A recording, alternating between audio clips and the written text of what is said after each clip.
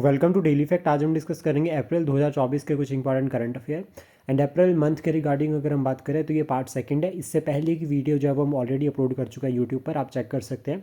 आज हम डिस्कस करेंगे पार्ट टू। हमारा जो कोर टारगेट है वो 1 ईयर के करंट अफेयर को पूरा डिस्कस करना है, प्रीलिम्स पॉइंट ऑफ व्यू से भी और मेंस पॉइंट ऑफ व्यू से भी। इससे हमें एक हेल्प मिलेगी कि अगर प्रीवियस ईयर के क्वेश्चन से, अगर प्रीवियस ईयर से रिलेटेड अगर कोई करंट अफेयर जो है वो क्वेश्चन जो है वो पेपर में आता है तो हम उसको ईजिली एड्रेस कर सकते हैं।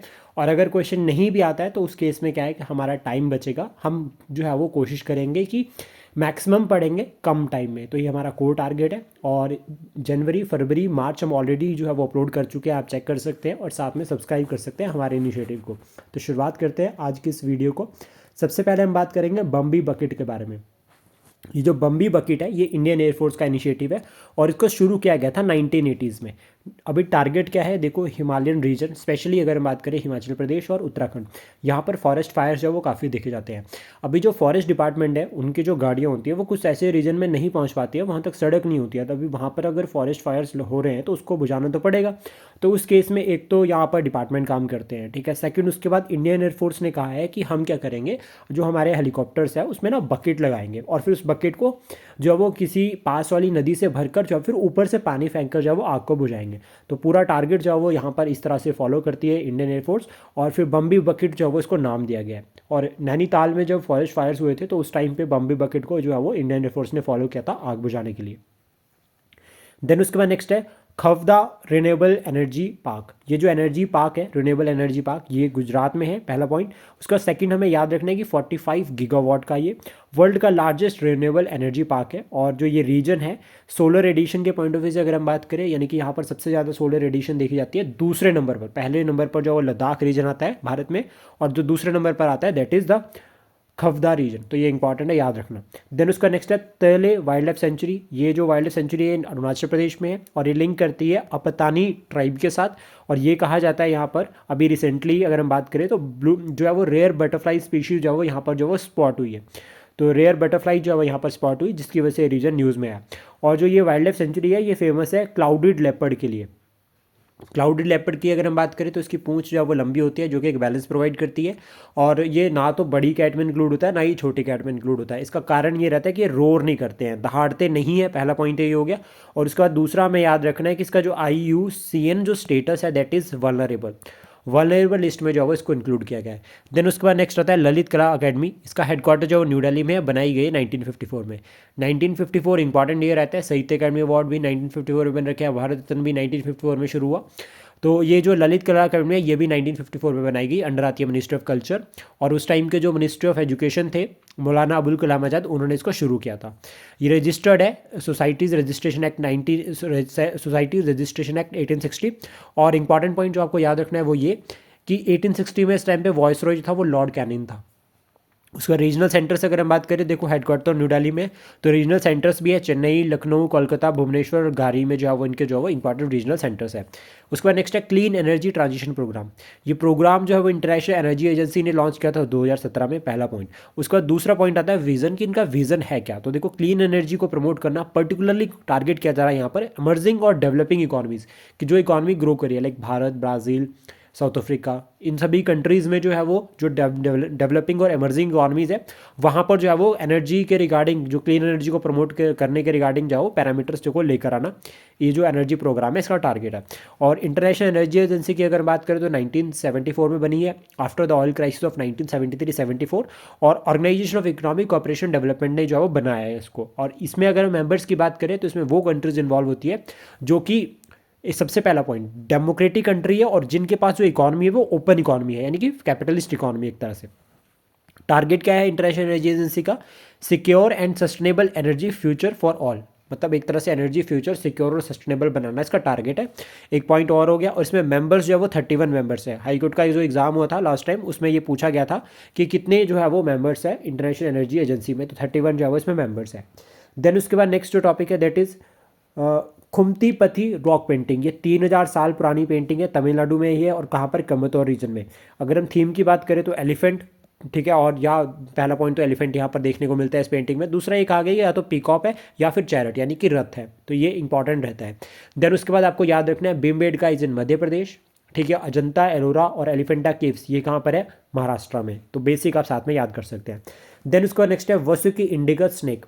ये ऐसा माना जा रहा है कि ये स्नेक जो है वो इसके फॉसिल्स अभी मिले हैं कहाँ पर? गुजरात में, कच्छ रीजन में। और ये कहा जा रहा है कि ये अप्रॉक्सीमेटली 47 मिलियन ईयर एगो ये स्नेक था। और ये अभी कहा जा रहा है कि वर्ल्ड का largest, one of the largest snake भी ये हो सकता है जिसके फॉसिल मिले हैं। तो इसका नाम जो रखा है वो रखा है वासुकी इंडिकस स्नेक। वासुकी जो है वो स्नेक से लिंक करता है और इंडिकस इंडस रिवर से। देन उसके बाद नेक्स्ट है सर्वे ऑफ इंडिया। ये जो अगर इसको पूरा नाम इसका जो आता है वो आता है national survey and mapping organisation. ये ओल्डेस्ट साइंटिफिक ऑर्गेनाइजेशन है with respect to the mapping और गवर्नमेंट ऑफ इंडिया के अंडर आती है। एस्टेब्लिश किया गया 1767, नॉट 1767 में इसको बनाया गया है। Department of science and technology के अंडर ये आती है और इसका नाम है national survey and mapping organisation. इसका काम क्या है? सर्वे मैपिंग के रिगार्डिंग जितना भी जो है वो सरकार का काम होता है वो ये सभी जो है वो काम ये सर्वे ये ऑर्गेनाइजेशन करती है। उसका नेक्स्ट आता है अटल टनल या रोहतांग टनल इसको कहते हैं। लेंथ इसकी 9.02 किलोमीटर है और ये पीर पंजाल रेंज में है हिमाचल प्रदेश के। और सबसे इंपॉर्टेंट पॉइंट ये कनेक्ट कर रहा है मनाली टू लाहौल स्पीति और ऑल वेदर कनेक्टिविटी प्रोवाइड कर रहा है। डबल लेन जो है वो ये टनल है। और कल हमने बात करी थी जोजिला टनल की और साथ में जोजिला टनल्स के साथ हमने एक और टनल डिस्कस की थी। उसकी लेंथ कितनी है वो आपको कमेंट बॉक्स में बतानी है और टनल का नाम भी आप बता सकते हैं। पूरा डिटेल में जो है वो हमने इसको डिस्कस किया है। देन उसके बाद नेक्स्ट है फूड वेस्ट इंडेक्स रिपोर्ट 2024। ये रिपोर्ट के अकॉर्डिंग सबसे पहले तो याद रखना है कि ये रिपोर्ट हमारे लिए मेंस के लिए इंपॉर्टेंट है। और दूसरा ये रिलीज करता है UNEP and waste and resource action plan जो कि यूके बेस्ड एक एनजीओ है। इन्होंने ये कहा है 2022 में सिर्फ ओनली 1.05 बिलियन जो है वो टन जो है वो फूड वेस्ट हुआ था ग्लोबली। सिर्फ 1.05 बिलियन, इससे ज़्यादा नहीं, 1.05 बिलियन अप्रॉक्सीमेटली ये कहा गया। सप्लाई चेन की वजह से ही, मतलब सप्लाई चेन जो मैकेनिज्म रहता है उसमें 13% जो है वो फूड वेस्ट होता है ग्लोबली। और मैक्सिमम फूड वेस्टेज जो है वो डेवलपिंग कंट्रीज़ में देखी जाती है, भारत में उसमें से एक है। और इसका सबसे बड़ा कारण रहता है इंफ्रास्ट्रक्चर ना होना proper. Katchatheevu island recently news में था और ये काफ़ी इंपॉर्टेंट भी है। ये डिस्प्यूटेड रीजन है बिटवीन इंडिया एंड श्रीलंका। पहला पॉइंट तो ये हो गया। सेकंड पॉइंट जो आपको याद रखना है 1974 में एक मैरीटाइम एग्रीमेंट हुआ था जिसके थ्रू भारत ने क्या किया था, ये रीजन ट्रांसफर कर दिया था श्रीलंका को। अब उसके बाद 1976 में ये कहा कि जो एक्सक्लूसिव इकोनॉमिक जोन है दोनों कंट्रीज़ का उसमें उसको कोई भी क्रॉस नहीं करेगा। अब मान लीजिए इंडिया के जो फिशरमैन है वो श्रीलंका के एक्सक्लूसिव इकोनॉमिक जोन में नहीं जाएंगे और श्रीलंका के भारत में नहीं आएंगे। और कच्छाथीवू आइलैंड को भी इसमें जो है वो पार्ट में इसको भी जो है वो इंक्लूड किया गया। अब 2009 में जो है वो श्रीलंका में सिविल वॉर खत्म हो जाती है। सिविल वॉर के बाद वहाँ की जो नेवी थी अभी वो वर्क करना शुरू करती है रिगार्डिंग अपनी टेरिटरी। तो होता क्या है कि 2009 में कुछ इंडियन जो फिशरमैन थे वो कच्छाथीवू आइलैंड में जो है वो फिशिंग के लिए चले जाते हैं और वहाँ पर उनको जो नेवी थी वो पकड़ लेती है। अब नेवी उनको पकड़ लेती है, देन उसके बाद भारतीय लोग यहाँ पर ये कहते हैं, तमिलनाडु के जो सीएम है वो ये कहते हैं कि ये आइलैंड हमारा पार्ट था, आप हमारे रीजन में अगर हम फिशिंग कर रहे हैं तो वो गलत नहीं है, हमने आपको दिया है। तो दैट नॉट मीन्स कि आप जो है वो अब थोड़ा भी ध्यान नहीं रखोगे। तो इसके रिगार्डिंग फिर अब यहाँ पर ये बात आती है कि इसको वापस लो, जब वो वापस लेंगे तो वो फिशरमैन जो पकड़ रखे हैं वो ऑलरेडी जो है वो वापस आ जाएंगे। तो ये कंसर्न रहता है, काफ़ी न्यूज़ में चल रहा था ये और काफ़ी जो है वो पॉलिटिकली भी जो है वो ये टॉपिक काफ़ी हाईलाइट हुआ था। देन उसके बाद नेक्स्ट है इंडिया के जो मैरीटाइम डिस्प्यूट रहते हैं, ठीक है। एक तो ये हो गया कच्छाथीवू आइलैंड हो गया। दूसरा सर क्रीक याद रखना है, इंडिया और पाकिस्तान के बीच में है, गुजरात वाले रीजन में। और न्यू मोरे आइलैंड रहने के लिए नहीं है आइलैंड, ठीक है। अप्रॉक्सीमेटली कहा जाता है कि 50 किलोमीटर के अराउंड, जो 50 किलोमीटर स्क्वायर के अराउंड इसका एरिया है।